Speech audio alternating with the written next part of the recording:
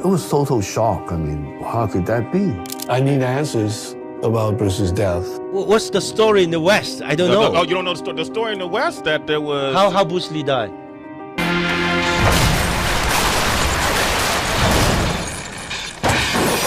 Too long, the story.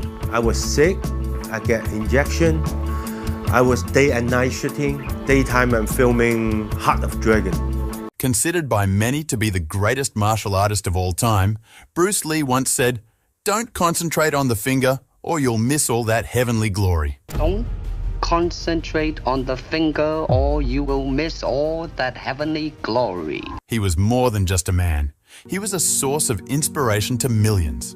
Many saw in Bruce not just a master of self-defense, but someone who used martial arts as a profound form of self-expression. Tragically, like so many extraordinary figures, Bruce was taken from us far too soon. He passed away at just 32, leaving a gap in the martial arts world that remains unfilled. But what if I told you the circumstances surrounding Bruce Lee's death aren't exactly what we've been led to believe? Reports suggest Bruce consumed a non-steroidal anti-inflammatory drug along with marijuana. He found that using hash after training helped ease his pain. It's called a non-steroidal anti-inflammatory. Hash is an anti-inflammatory. Yeah, it is, yeah. And marijuana. So Bruce Lee figured it out first. Bruce Lee used to eat hash after working out to reduce the thing. He would have died his brain would have swelled a long time ago. Without it, his brain may have shown signs of swelling long before his untimely passing. In this video, we're going to share some eye-opening facts about Bruce Lee's death that may surprise you. But before we dive in, make sure you subscribe to our channel and hit the notification bell so you never miss out on exploring the unknown with us. Let's uncover these mysterious events together. If you know anything about Bruce Lee, you'll know he was much more than just a martial arts icon. He was a force of nature. His contributions to martial arts were so groundbreaking that even today, no one has come close to matching them. Most can only dream of achieving even a fraction of what Bruce accomplished. Born in San Francisco in November 1940, Bruce Lee, whose birth name was actually Lee Jun-fan, was the son of a Cantonese father and a mother of mixed Chinese and European descent. His father was an opera singer, and Bruce was born while the family was visiting the United States. They returned to Hong Kong just 4 months later, but due to US citizenship laws, Bruce was able to claim American citizenship. Growing up, Bruce was immersed in the arts thanks to his father's career. He landed his first acting role as a child in the movie Golden Gate Girl. At just 9 years old, he starred alongside his father in The Kid, a play based on the comic book character Kid Chung. This marked his first significant role, and by the time he was 18, Bruce had appeared in 20 films. With such an extensive acting background at a young age, it's no wonder Bruce went on to become a prolific actor. Despite his success in acting, Bruce struggled academically. He transferred to St. Francis Xavier's College, where he received his first boxing lessons. Unfortunately, this only fueled his love for fighting, and he got into several street brawls during his school years. Rather than punishing him, his parents decided it was time for him to get formal martial arts training. This was the turning point in Bruce's life. In 1953, Bruce's friend William Chung introduced him to Yip Man, a legendary grandmaster known for training martial arts experts. Initially, Bruce was rejected from learning Wing Chun Kung Fu because of a long-standing rule that barred Chinese martial arts masters from teaching non-Chinese students. Bruce, being part European on his mother's side, was considered a foreigner. However, Chung vouched for him, and Yip Man eventually accepted Bruce as a student. Under Yip Man's guidance, Bruce began his martial arts training, learning to channel his energy and use his skills in organized competitions rather than street fights. From that moment, Bruce's passion for martial arts took over, and he dedicated himself fully to mastering the discipline. By 1958, Bruce had already proven his incredible fighting ability by winning an inter-school boxing tournament in Hong Kong. A year later, his parents decided it was time for him to head back to the United States. He first stayed with his sister Agnes in San Francisco before moving to Seattle to continue his education. By then, Bruce had honed his martial arts skills to such an extent that he began teaching his own fighting style, which he called Jun Fan Gung Fu, Bruce Lee's Kung Fu. Initially, he taught his friends, but in 1964, Bruce left university and moved to Oakland, where he opened his second martial arts school with his friend James Yim Lee. In 1966, Bruce returned to acting, landing the role of Kato in The Green Hornet, a TV series produced and narrated by William Dozier. This marked Bruce's official introduction to American audiences. He continued to act in other projects like Ironside, 1967, and Marlowe, 1969. After gaining recognition in the US, Bruce went back to Hong Kong, where he shifted his focus to both advancing the film industry and teaching martial arts. He negotiated deals with Golden Harvest and Shaw Brothers Studio, eventually signing on to make 2 films with Golden Harvest. Bruce's success in Hong Kong was nothing short of phenomenal. His first film, The Big Boss, was a box office smash across Asia, launching him into superstardom. He followed it up with Fist of Fury in 1972, which broke box office records throughout the continent. From that point on, Bruce's career skyrocketed with hits like The Way of the Dragon, Game of Death, and Enter the Dragon.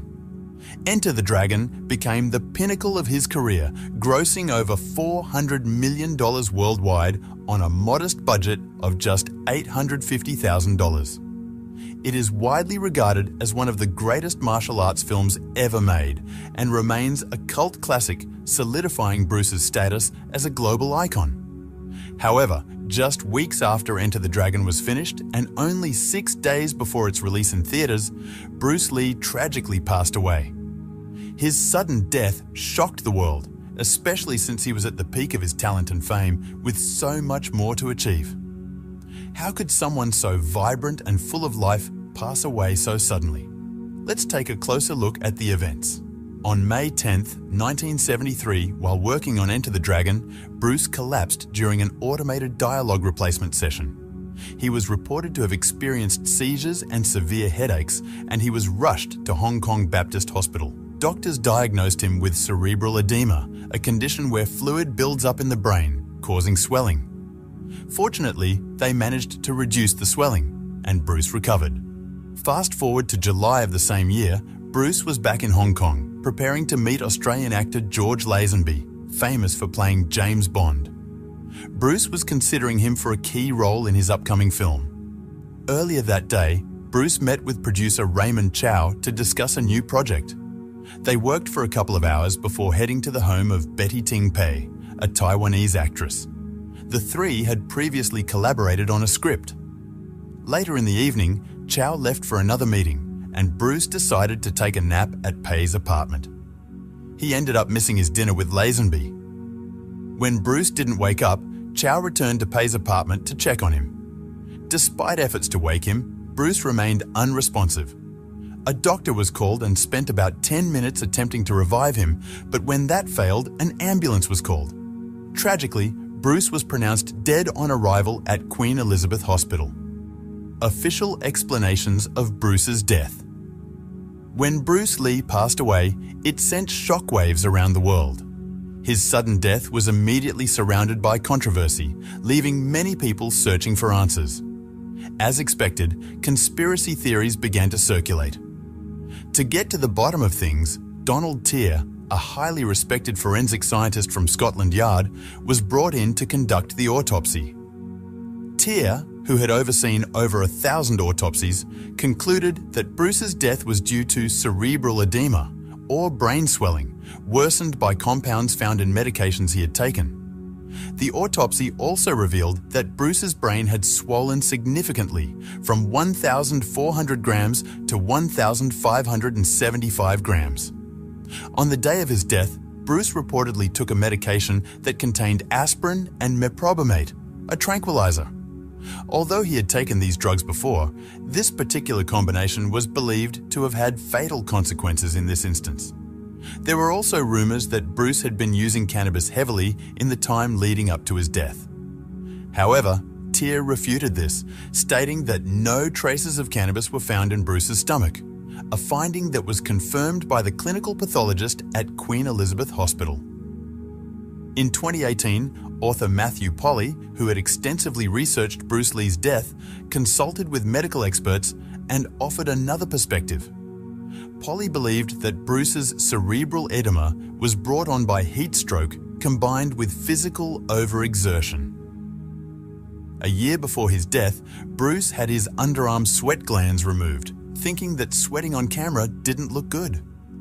Polly argued that this led to Bruce's body overheating, especially given the high temperatures in Hong Kong at the time. His intense film training sessions would have added to the stress on his body, worsening the heat stroke and ultimately contributing to the cerebral edema that took his life. In 2022, the Critical Kidney Journal published an article suggesting that Bruce Lee's fatal cerebral edema might have been caused by hyponatremia, a condition where sodium levels in the blood drop dangerously low. The article pointed out that Bruce had several risk factors for this condition, such as excessive water intake, insufficient intake of solutes, high alcohol consumption, and the potential use of medications that could have impaired his kidneys' ability to eliminate excess fluids. This combination could have made Bruce vulnerable to a severe case of hyponatremia. A grand conspiracy? According to the official reports, Bruce died from a brain issue exacerbated by other factors. But could there be more to the story? Over time, new details have emerged that suggest alternative theories about his death. One prominent theory is that Bruce may have been set up. If you're familiar with Joe Rogan, host of the popular podcast The Joe Rogan Experience, you might know that he explores a wide range of controversial and intriguing topics. Rogan's podcast often delves into subjects that challenge mainstream narratives, from ancient human history to potential government contacts with extraterrestrial life. In a recent episode, Rogan interviewed Joey Diaz, a Cuban-American actor, comedian, and podcaster. During their discussion, they touched on various shady practices within the entertainment industry, including the deaths of Bruce Lee and his son, Brandon Lee. Joey Diaz expressed his belief that Bruce's death might have been more complex than the official account suggests. He also recounted the tragic circumstances of Brandon Lee's death, which occurred during a film scene involving a prop gun loaded with blanks. Unfortunately, a fragment from a shell was still lodged in the gun, leading to Brandon's fatal injury. Joey Diaz suggested that Bruce Lee's death might have been orchestrated by individuals he had worked with. Joey claimed that Bruce had collaborated on several films with heroin dealers who had invested in his projects. After these films made millions, Bruce might have attempted to distance himself from these shady connections, which, according to Joey, could have led to his untimely death. Joey speculated that these individuals might have decided to eliminate Bruce as a result. Following Bruce's death, Raymond Chow, Bruce's business partner, saw even greater success in the film industry. Chow eventually worked with major American studios and produced movies featuring stars like Charles Bronson and Clint Eastwood. Let's examine Joey's claims. While this may sound like a conspiracy theory, there are some facts worth considering. After gaining popularity in the West, Bruce returned to Hong Kong to continue making films. At that time, the two leading film studios in Hong Kong were Shaw Brothers and Golden Harvest. If you wanted to make movies in Hong Kong during that era, you would likely need to work with them, or at least give them a share of the profits. Bruce had agreements with these studios, and after his first two films became huge hits, he became a target for some unscrupulous individuals. To set up his own studio and release films independently, Bruce partnered with Raymond Chow. In 1972, they established Concord Productions Inc., with Bruce and his family estate owning about 51% of the company and Chow owning the remaining 49%. Bruce took charge of the creative aspects of the films, while Chow managed the daily operations. This arrangement seemed to work well. It's also worth noting that Bruce had negotiated a new deal with Golden Harvest around this time. However, with his own production studio now up and running, Bruce was likely more focused on Concord than on making movies for other studios. The Way of the Dragon, was the first full film produced by Concord. Interestingly, the studio also holds a 50% stake in Game of Death, including the original footage. Concord shares these rights with Golden Harvest, although there has been ongoing dispute, complicated by Bruce's death before the movie was released. The real game changer here is Enter the Dragon. As previously mentioned, this film was Bruce Lee's biggest project and ended up grossing more than any of his previous films with Golden Harvest. While Fist of Fury and The Way of the Dragon earned $130 million and $100 million respectively, Enter the Dragon soared to an impressive $400 million, nearly double the combined gross of the other two. Given that Enter the Dragon was made with a budget of just $850,000, its profitability was truly remarkable. It's likely that Bruce's former bosses felt a sense of betrayal when he left to start his own production company and then achieved even greater success. Joey Diaz hinted at this, suggesting that Bruce's decision to strike out on his own and succeed so spectacularly might have angered those he left behind. Joey further explained, "Bruce's death was clouded by controversy. Some stories were twisted to tarnish his image. After Bruce left to do Enter the Dragon, he upset a lot of people who were making money from him. At the time of his death, Bruce was reportedly already experiencing seizures. There was a neurosurgeon who treated him during his first seizure in May 1973. Bruce was using hash to manage his pain. He figured out that hash, like Advil, had anti-inflammatory properties. Bruce used it after workouts to reduce inflammation. Without it, his condition might have worsened much earlier." Turning back to Raymond Chow, it was Chow who persuaded Bruce to join Golden Harvest when he returned to Hong Kong. During that period, Golden Harvest and Shaw Brothers were fierce competitors, vying for top talent. When Bruce chose Golden Harvest, Chow's influence and success with the studio were significant. If Bruce left to set up his own studio, it's plausible that Golden Harvest would have been keen to persuade him to return, given the considerable impact of his departure. Here's an intriguing twist. Remember the ownership split for Concord Productions? After Bruce Lee's death, his family estate, led by his wife Linda Lee Cadwell, sold their 51% stake in the studio to Raymond Chow. By 1976, Chow had shut down the studio and sold it back to Golden Harvest. Coincidentally, Chow then became the chief executive of Golden Harvest, making him the head of one of the biggest movie studios in the country. It's curious how all these changes happened after Bruce's death, don't you think? To illustrate how Concord fell apart after Bruce's passing, consider this. Bruce's last film before he died was Enter the Dragon. He was in the middle of working on his next project when he died.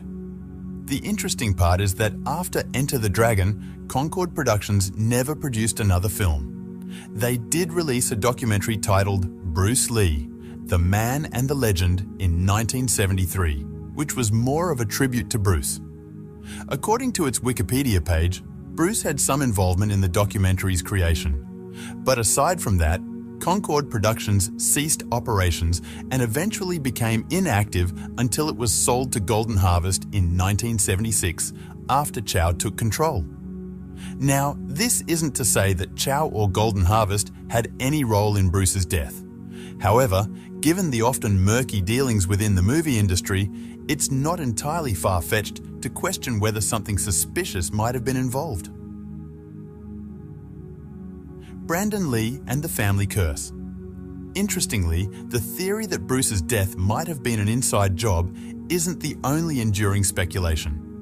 While some have suggested that Bruce was misdiagnosed or that Betty Ting Pei might have been involved, there's no solid evidence to support these claims. Another theory that has persisted over the years is the idea that Bruce Lee was cursed, a belief that has intrigued many and added to the mystique surrounding his and his family's tragic deaths. The story goes that Bruce Lee's family might have been cursed, a curse said to claim the lives of the male members at a young age. This theory gains traction from the fact that Bruce died at just 32, despite being in excellent shape. Supporters of this idea also point to the tragic death of Bruce's son, Brandon. Brandon, born in February 1965 when Bruce was only 25, grew up in California but moved frequently between Hong Kong and California due to Bruce's career. He was deeply inspired by his father and developed a strong interest in both acting and martial arts. During his father's film shoots, Brandon would often visit the sets, honing his skills. According to his grandmother, Grace Ho, Brandon was already kicking through training boards by the age of 5 and started martial arts training at 9. Like his father, Brandon had a rebellious streak in school. He was expelled from the Chadwick School in 1983, just months before graduating, due to his behavior. After obtaining his GED later that year, he continued his education in New York while also participating in stage productions with the Eric Morris American New Theatre. He even landed a role in John Lee Hancock's play Full-Fed Beast. In 1985, Brandon moved back to Los Angeles to pursue acting full-time. His first role came in Kung Fu, the movie. Initially hesitant, he took the role and performed impressively. This opportunity led to more roles in projects such as O'Hara, What's in a Name, and Laser Mission. By the early 1990s, Brandon had made a name for himself, with notable performances in films like Showdown in Little Tokyo, a buddy cop action movie produced by Warner Brothers that featured Dolph Lundgren. Tragically, Brandon Lee's life was cut short on March 31st, 1993. At the time, he was filming a scene for the movie The Crow. In this scene, Brandon's character is supposed to be shot and killed by thugs. The script had him walking into an apartment to find his fiancée assaulted, only to be confronted by a thug who fires a Smith & Wesson model 629.44 Magnum revolver at him. Earlier in the film, the revolver was used with dummy rounds, improvised from live cartridges, that had their powder charges removed to make them look realistic on camera. Unfortunately, the special effects team overlooked the fact that the primers had not been removed. At some point, one of these rounds was accidentally fired and the bullet was pushed partially into the barrel. In the scene being filmed, the revolver was supposed to be fired from 12 to 15 feet away with blank rounds. Blanks have powder and a primer, but no solid bullet, designed to create flash and sound effects without causing harm. However, the crew failed to check and clear the gun properly. As a result, the dummy bullet lodged in the barrel was propelled forward with almost the same force as a live round, hitting Brandon in the stomach. The shot caused Brandon to fall backward, contrary to what was scripted. When the director called "cut," Brandon did not get up. Initially, the crew thought he was still acting, but when someone checked on him, they found him unconscious and breathing heavily. A medic quickly attended to him, shaking him to check for a head injury, but not realizing he had been shot. Brandon's pulse was initially normal, but soon began to drop, leading to a devastating outcome. Brandon Lee was quickly taken to New Hanover Regional Medical Center in Wilmington, North Carolina.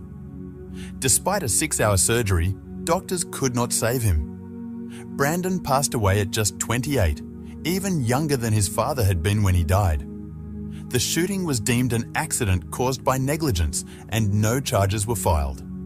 However, many people came to believe that a curse was responsible for the tragic fate of the Lee family men, who seemed doomed to die young. While such theories might seem far-fetched, it's understandable why some people might hold on to them. Bruce Lee was undeniably a legend, and his death remains a poignant loss. Although speculation about his passing will likely continue, we can find comfort in knowing that his life, despite its brevity, was impactful and influential. What's your take on this? Do you think there's more to Bruce Lee's death than what we know? Share your thoughts in the comments.